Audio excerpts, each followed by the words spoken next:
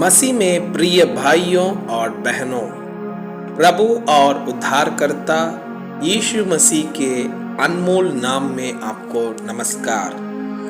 आज का पवित्र बाइबल पाठ कार्यक्रम का उद्देश्य प्रत्येक व्यक्ति के जीवन में नियमित और सुधारात्मक बाइबल पढ़ने की आदत स्थापित करना है। हमारे वीडियो प्रतिदिन प्राप्त करने के लिए कृपया हमारे चैनल को सब्सक्राइब करें और नोटिफिकेशन आइकॉन भी दबाएं।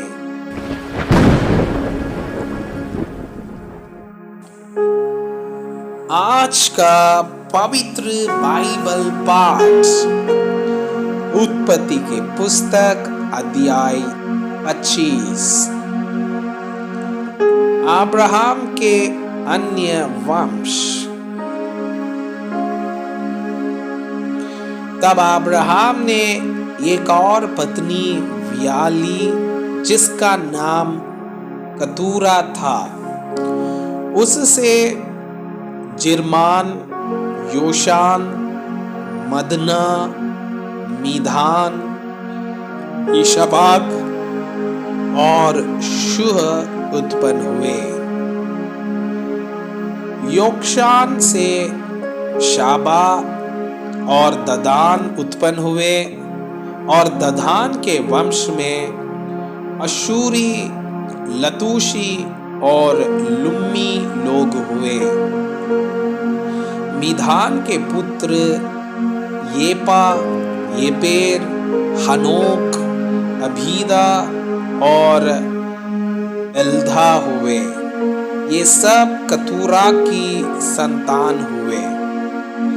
इसहाक को तो अब्राहम ने अपना सब कुछ दिया, पर अपनी रखेलियों के पुत्रों को कुछ कुछ देकर अपने जीते जी अपने पुत्र इसहाक के पास से पूर्व देश में भेज दिया। अब्राहम की मृत्यु। अब्राहम की सारी आयु 175 वर्ष की हुई। अब्राहम का दीर्घायु होने के कारण अर्थात पूरे बुढ़ापे की अवस्था में प्राण छूट गया और वो अपने लोगों में जा मिला। उसके पुत्र इसहाक और इश्माएल ने हित्ती सोहर के पुत्र इब्रोन की मम्रे के सम्मुख वाली भूमि में जो मकफेला की गुफा थी उसको मिट्टी दी।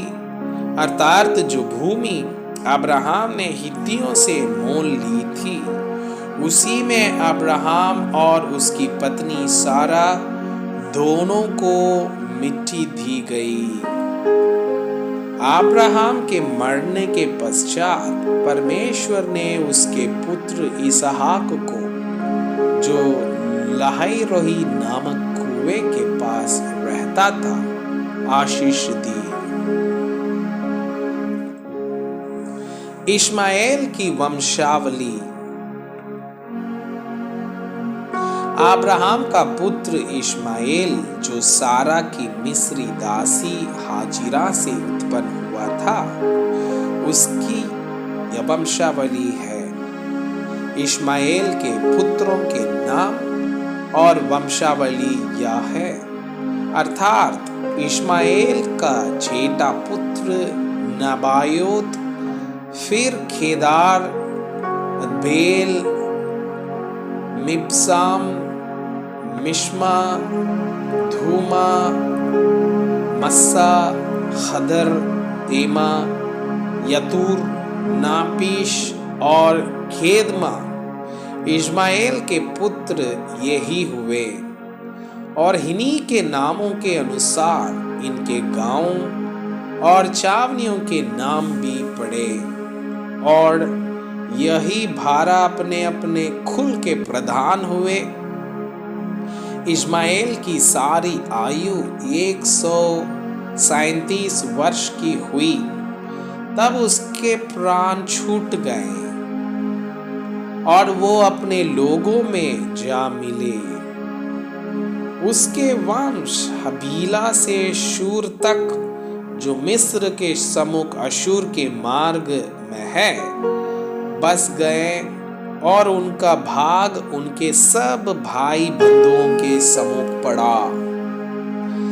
इसहाक के पुत्रों की उत्पत्ति का वर्णन। अब्राहम के पुत्र इसहाक की वंशावली यह है।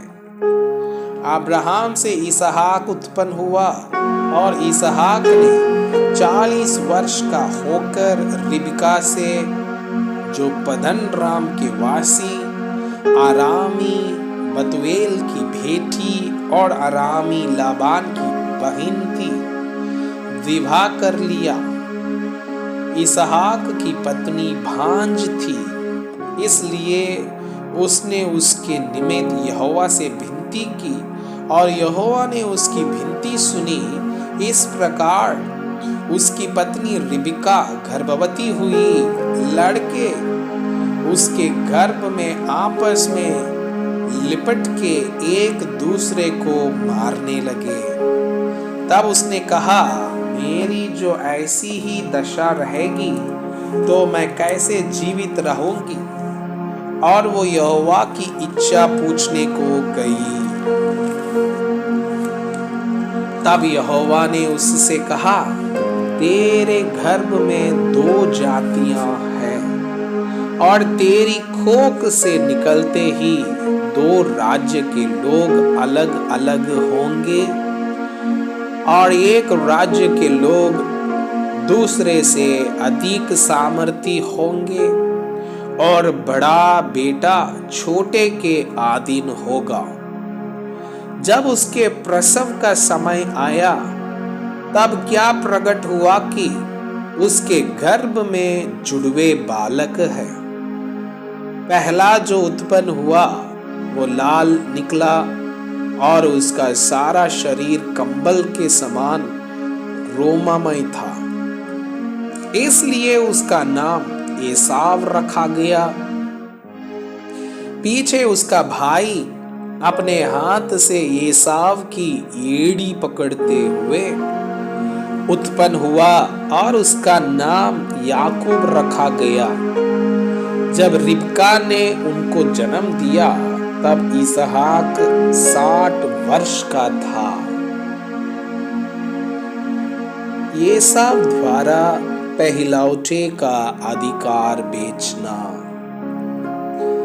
फिर वे लड़के बढ़ने लगे और एसाव को वनवासी होकर चतुर शिकार खेलने वाला हो गया और याकूब सीधा मनुष्य था और तंबुओं में रहा करता था।